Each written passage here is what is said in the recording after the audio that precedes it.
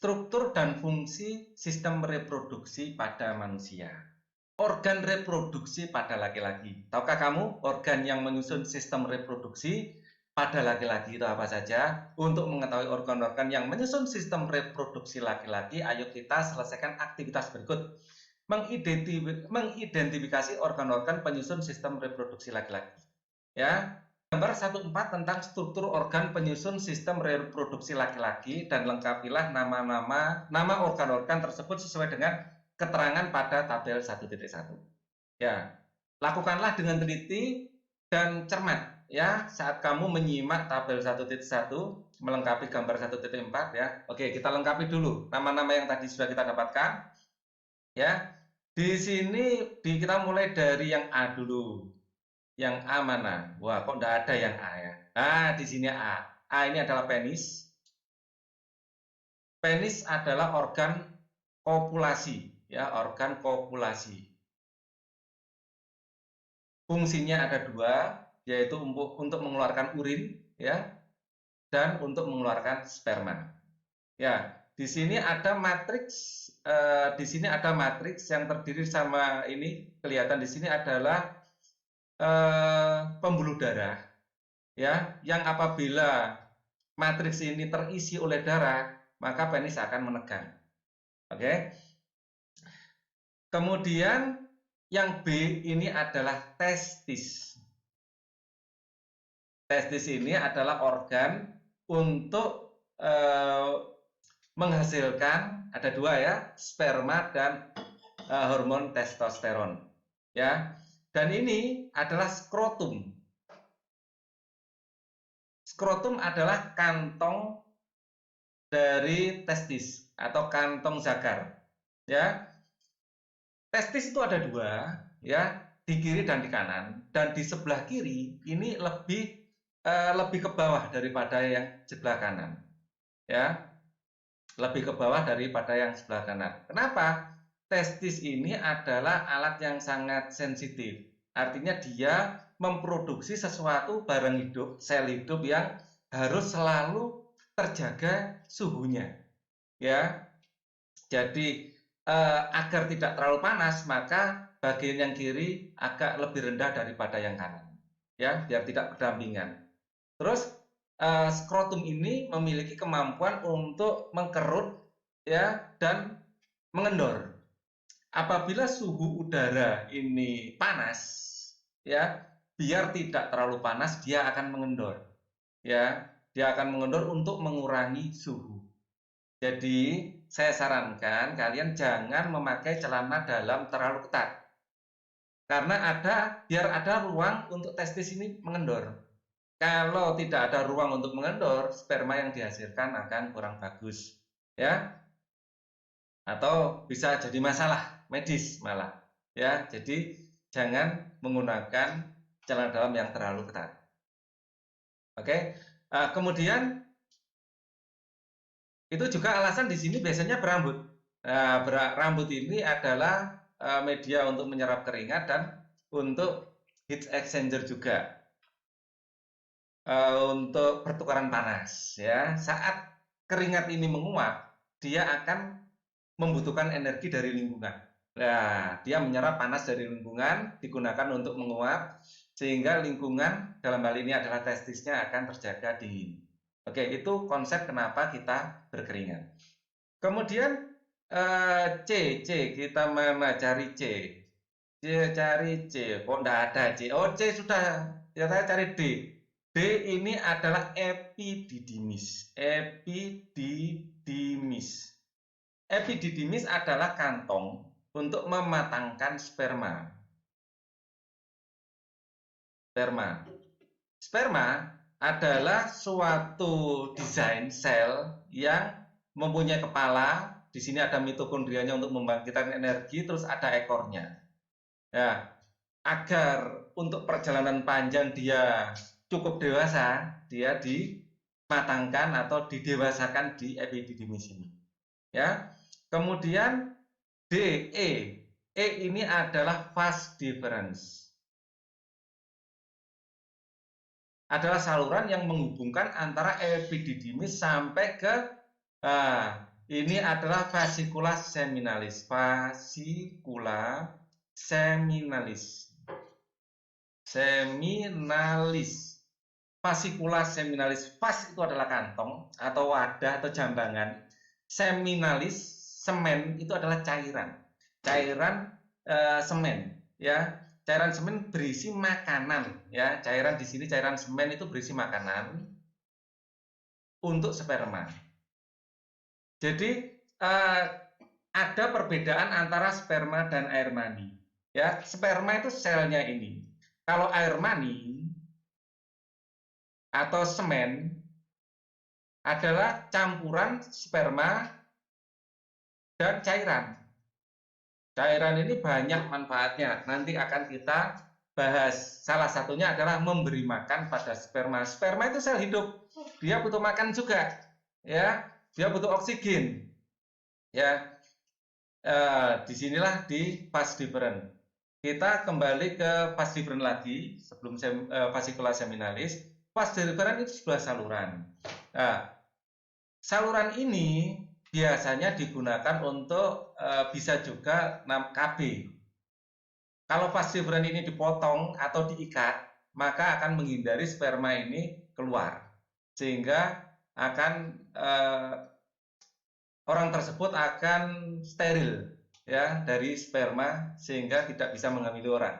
Ya, ini biasanya digunakan untuk KB, keluarga berencana. Bisa diikat atau dipotong. Namanya adalah vasektomi, ya. Kemudian fascicula seminalis. Ini tadi sudah, ya. H ini adalah kelenjar prostat, kelenjar prostat. Kelenjar prostat ini adalah sebuah kelenjar yang menghasilkan cairan putih. Putih, ya, warnanya putih dan bersifat mengandung alkali. Mengandung alkali sehingga bersifat basah. Nah, kenapa harus bersifat basah di dalam cairan mani, air mani atau semen ini? Karena, ya, liang vagina itu sangat asam. Keasamannya tinggi karena memang di situ dibikin asam agar apa? Jamur, bakteri, kalau masuk itu mati. Ya, jadi mikroba-mikroba itu tidak boleh hidup di situ. Makanya sifatnya sangat asam. Tetapi sperma nggak boleh mati. Agar waktu masuk sperma nggak mati, dibekali sama cairan alkali yang basah. Nanti ada reaksi asam tambah basah sama dengan garam tambah air, kan gitu ya, di segmen kimia, ya. Kemudian yang I ini adalah kelenjar Koppers atau kelenjar bulboretral. Nah, ini berfungsi untuk melumasi, ya, melumasi saluran uretra. Di sini adalah uretra, ya, sebelum digunakan untuk kopulasi, sebelum digunakan untuk mengeluarkan sperma.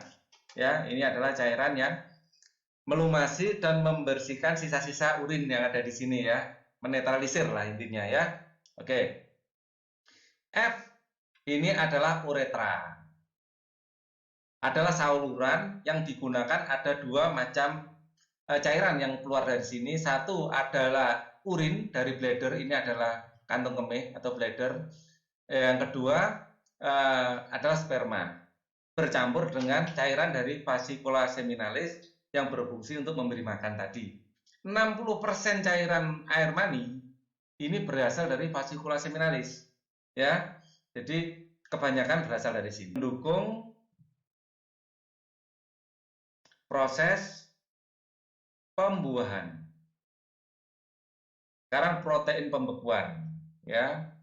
Protein sebagai mediator mendukung proses pembuahan sebagai mediator proses kontraksi dan relaksasi pada otot polos fascicula seminalis. Ya, protein pembekuan ini tadi, nah, belum, ya, kita lihat di sini. Protein pembekuan adalah zat yang dapat menunjang proses koagulasi semen pada Zat yang dapat menunjang proses koagulasi semen ejakulasi pada wanita. Ya, menunjang proses koagulasi semen ejakulasi wanita. Menunjang proses koagulasi pada apa tadi? Ya, semen ejakulasi pada wanita. Semen ejakulasi pada wanita. Oke, kita lanjutkan. Sekarang kelenjar prostat. Kelenjar prostat berfungsi menghasilkan cairan keputih-putihan, sedikit asam. Asam. Sekarang spermatogenesis, pembangkitan sperma. Tanda bahwa sistem reproduksi laki-laki telah matang adalah keluarnya air mani dari penis. Biasanya air mani tersebut keluar saat laki-laki mengalami mimpi basah. Mimpi basah pada umumnya terjadi pada umur 10-14 tahun. Apakah sebenarnya air mani itu? Air mani merupakan campuran sel-sel sperma dengan getah-getah yang dikeluarkan oleh kelenjar reproduksi. Masih ingatkah kamu di mana terjadi pembentukan sperma? Di testis. Proses pembentukan sperma terjadi dalam testis. Tahukah kamu bagaimana proses pembentukan sperma yang terjadi dalam testis? Agar kamu memahaminya, simaklah penjelasan berikut dengan seksama. Oke, dan dalam tempo yang secepat-cepatnya. Jakarta 17 Agustus itu proklamasi ya. Oke, proses pembentukan sperma disebut dengan spermatogenesis. Sperma itu adalah sel sperma, genesis pembangkitan. Pembentukan sel sperma terjadi dalam tubulus seminiferus. Ya, tadi sudah saya tunjukkan di gambarnya ya. Kalau ingin tahu ya diulang lagi videonya. Kata tubulus itu adalah saluran, berasal kata tubula yang artinya saluran. Sedangkan seminiferus berasal dari kata semen artinya sperma. Jadi tubulus seminiferus adalah saluran panjang yang berkelok-kelok tempat pembentukan sperma. Kumpulan tubulus inilah yang sebenarnya struktur yang membentuk testis. Jadi testis di dalamnya ada tubulus seminiferus yang sangat banyak. Proses pembentukan sperma dan saluran tersebut terjadi secara bertahap. Diawali dari sel induk sperma atau spermatogonium, sel induk dari sperma yang bersifat diploid 2N. Nah, sama dengan sel somatis kita yang lain. Selanjutnya, sel spermatogonium mengalami pembelahan secara mitosis maupun meiosis dan mengalami diferensiasi atau perkembangan sehingga terbentuk sel sperma atau spermatozoa. Jadi sel sperma yang bentuknya seperti ini ya. Ini namanya spermatozoa. Yang memiliki ekor. Sel sperma yang berbentuk tersebut bersifat haploid. Ini hanya separuh dari kromosom tubuh kita. Nanti separuh dari ayah, separuh dari ibu, jadi anak komplit lagi. Nah, ayo kita pikirkan, ini adalah sudah akhir dari video kita kalau sudah ini. Mengapa sperma memiliki kepala meruncing bagian ujungnya? Karena di sini digunakan untuk melubangi sel telur. Ya, animasinya bagaimana besok ya, waktu sel reproduksi perempuan ya, sama proses kehamilan nanti ya. Nah, apa fungsi ekor ini? Adalah berfungsi sebagai untuk melubangi sel telur. Di sini ada enzim yang namanya saya terus terang lupa saya namanya. Yang enzim itu bisa memerintahkan sel telur untuk membuat lubang dan langsung menutup lagi setelah satu sperma masuk. Jadi setelah satu sperma masuk, jadi sel telur nanti akan langsung membentuk dinding sehingga sel sperma lain tidak bisa masuk. Ya. Ini fungsi dari kepala sperma. Apa fungsi dari ekor sperma? Untuk berenang. Dia berenang-renang secara spiral. Dia akan berputar secara spiral gitu. Berenang gini. Nah, berenangnya gini. Menuju mana? Menuju sel telur. Oke?